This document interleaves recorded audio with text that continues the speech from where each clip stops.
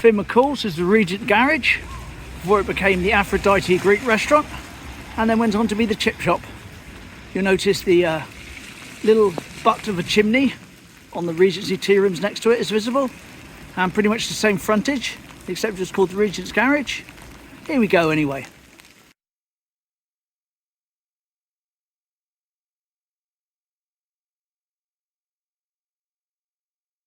So there we go, as promised many times, Finn McCall's as a garage.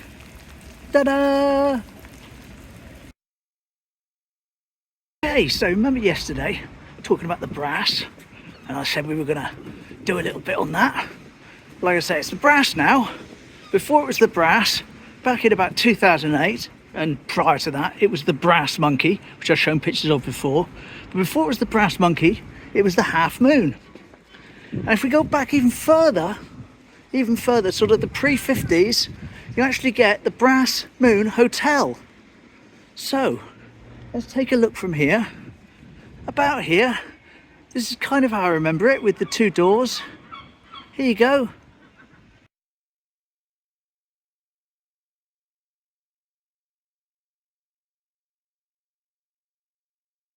So that was a Half Moon Hotel, turned into the Half Moon Pub.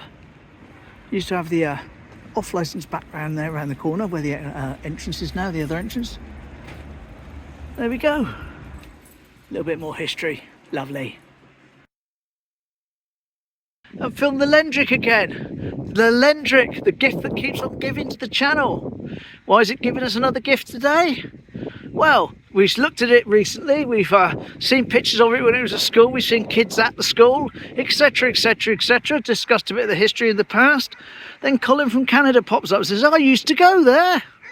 Did you? He says, yes. Here's a picture of me. I'm the middle kid in the bottom row, 1952. And on top of that, here's a shot I took myself, he says, in 1978, from about here. Here's a Lendrick in 1978 from the den.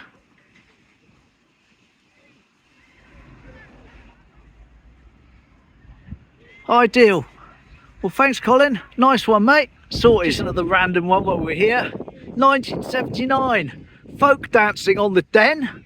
Doesn't really show much of anything else other than the people in the picture, but I can just about work out it's that road over there in the background by the trees. Lovely. Here you go.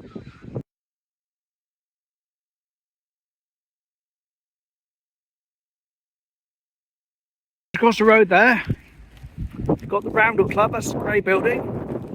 We've got Udi's, that's the tan, sand coloured building. Well, of course, those roads there, all those buildings there, didn't stop there originally. They came much further back, or where this new road's been built. And over there used to be the Railway Hotel. Here's another picture from 1939 of when it flooded.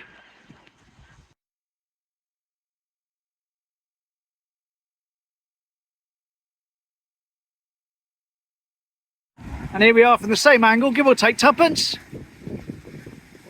in the present day.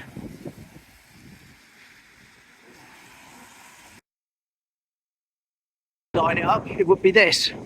But obviously that's not a very good picture because of the vans.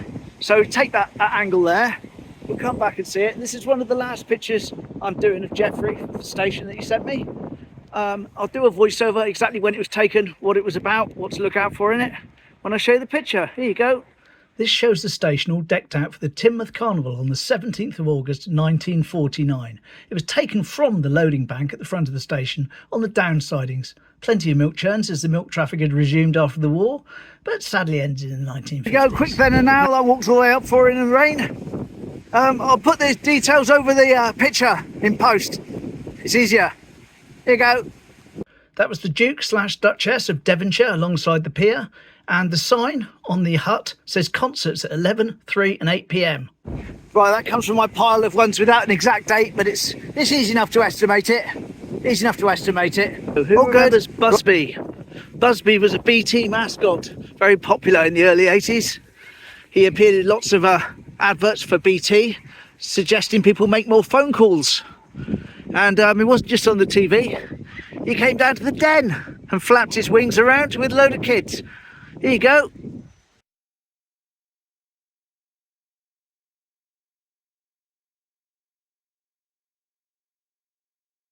And that was here, somewhere on the den, you see from the background, 1979, that was.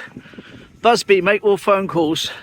I just remember it seemed to have created a lot of people making more phone calls to the operator. Small children saying, hello, can I talk to Busby, please? He expected to have a chat with a bird. But there we go. All part of history, all part of life. Lovely.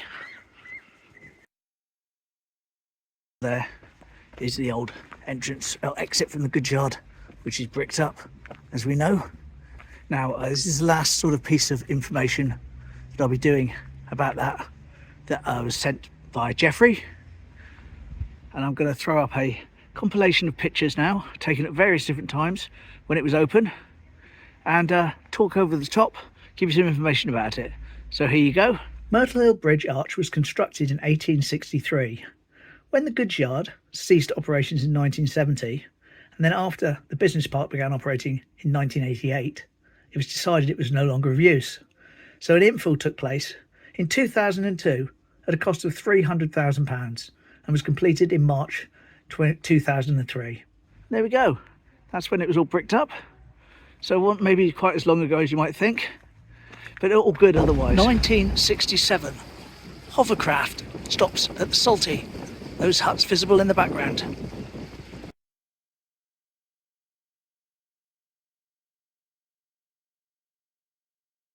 Like the trees, here's a view from the gardens in the past.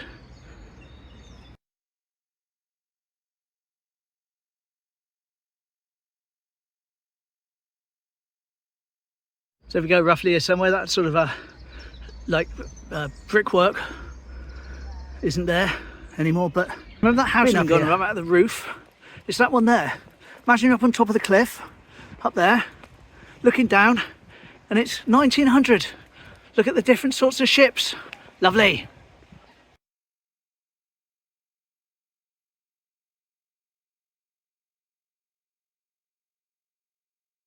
Yeah, certainly looks a bit different then, doesn't it? Certainly looks a bit different. Take it from up there, looking down. Beautiful. Okay, so quick one on the pier. As you know, there used to be a ballroom right at the end, which was demolished in or around 1975. But before that was there, the pier actually had an extra piece that came out on this side, used for docking, boarding and departing steamboats. So here's a picture of it with the piece that's missing now, along with the steamboat. Lovely.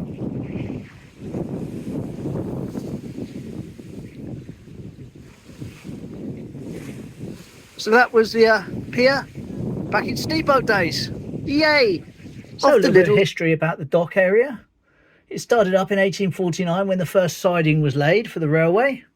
And in 1857 there was an auction to purchase the old quay and the sidings. Here's the information about it there. You're seeing it. And in the 30s it has developed kind of like this. Here's a map someone drew. Gives you some interesting things. If you see in the centre there, you've got West Dock number 2. And that's also quite clear on the aerial photo, again from the 1930s. There we go. Interesting thing to note in this photo, the aerial photo, is you can see the wall there, which I've just pointed out to you before I started this sequence, quite clearly in the middle, gives you an idea of where everything is, and the old quay inn in front of it. But if we go back even a little bit further in time from that and look at that dock number 2, you'll see a couple of pictures here of what it looked like then. And these are from 1894, both of those pictures, which are lovely. 1894. Okay, so this image is from 1958, showing the Down Torbay Express, the 5032 Usk Castle, passing the then quay signal box, which obviously isn't here anymore, but as I've just said, you can see the arches in the background, as it used to be before the flats were built above them. And here's a similar picture on the up line, taken probably from the signal box. And this shows, again, 4th of July 1958. It shows the 5999 Wollaston Hall with an up passenger train passing the transfer sidings loaded with about 40 coal wagons. Plenty of crane power can be seen in the distance by the riverside. So here we go, quick reminder, aerial view from 1931 of the docks. As you can see, quite cramped and crowded down there, along with the map, hand drawn of course, show you what it looked like. What we really want to talk about is the elephant. Now the elephant arrived in 1931, principally used to help shunt wagons around until 1963, when she was sold off and passed through several owners and ended up in the Netherlands. Here you'll see her in various different activities. For example, this picture from 1961 shows the elephant moving some wagons to the loader via the timber shed. The elephant itself could not pass through the shed, so the wagons were pulled around by an electric capstan. The facing sheets on the foreground were installed in 1961. This image from the 1950s shows clay being unloaded from the rail wagons at the big ramp into the onward sea transport. The elephant, as you can see, is in attendance to assist with the wagon moving. This shot from 1961 is a view of the coal quay looking west. Coal is being loaded into the grader/loader, ready for distribution for either domestic coal supplies or slack coal for Newton Abbot Power Station. Electric capstan can be seen at the base of the pole in the centre of the image. And finally, this 1933 Sentinel S4 steam lorry, nicknamed the Lion, was used around the quays for shunting when the elephant was not available. It was also used for local road trips. Day, first one of the Dawlish doubles. Here's the photo.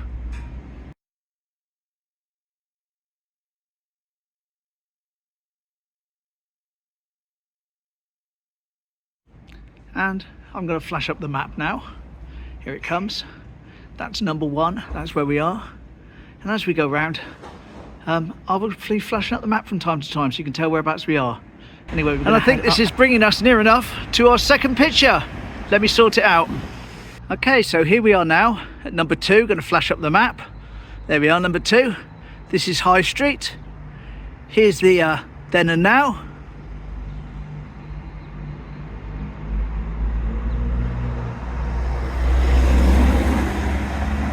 And there we go. That was there. Now I'm just going to flash up the map to number 3. You see where number 3 is? It's basically along this road, right at the other end. So we've got a bit of a walk now before we get to the next one. What I want to talk about is the old Gay's Creamery. You know, the one down by the brook, etc, etc. Did you know it wasn't always down by the brook?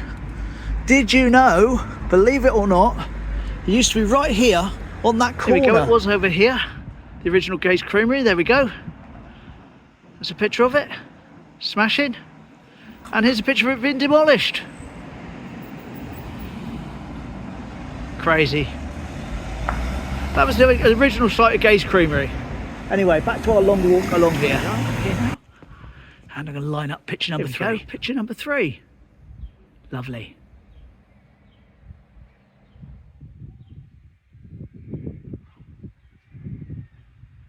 Right, that was here. As you can see the what's it called? I said drinking trough. Is it for horses? Praise God from whom all blessings flow. CD March 1877. There we go. Lovely. Still here. Still standing. Villas. Dawlish doubles.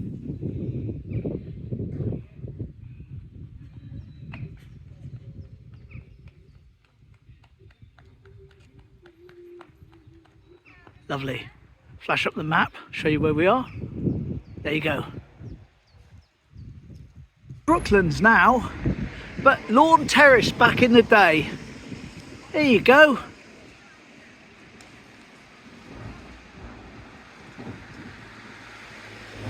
And that is number 5 on our map. There we go. That's just here. Up by the lawn. To give you context, is the Wesleyan Chapel. And as I say, just going to try and line things up. And here we go. Here's the Dawlish double.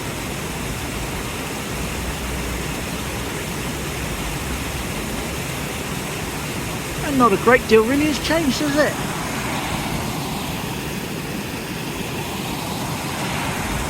That's number 6 on the map. Here we go. That's where we are.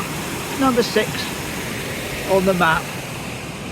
Lovely. Let's make our way down, see if we can see any signals. Where we are, right there by that bridge, on that bridge.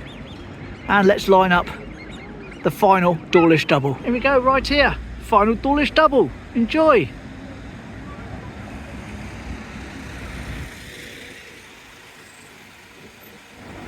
So there you go, that was here. Smashing.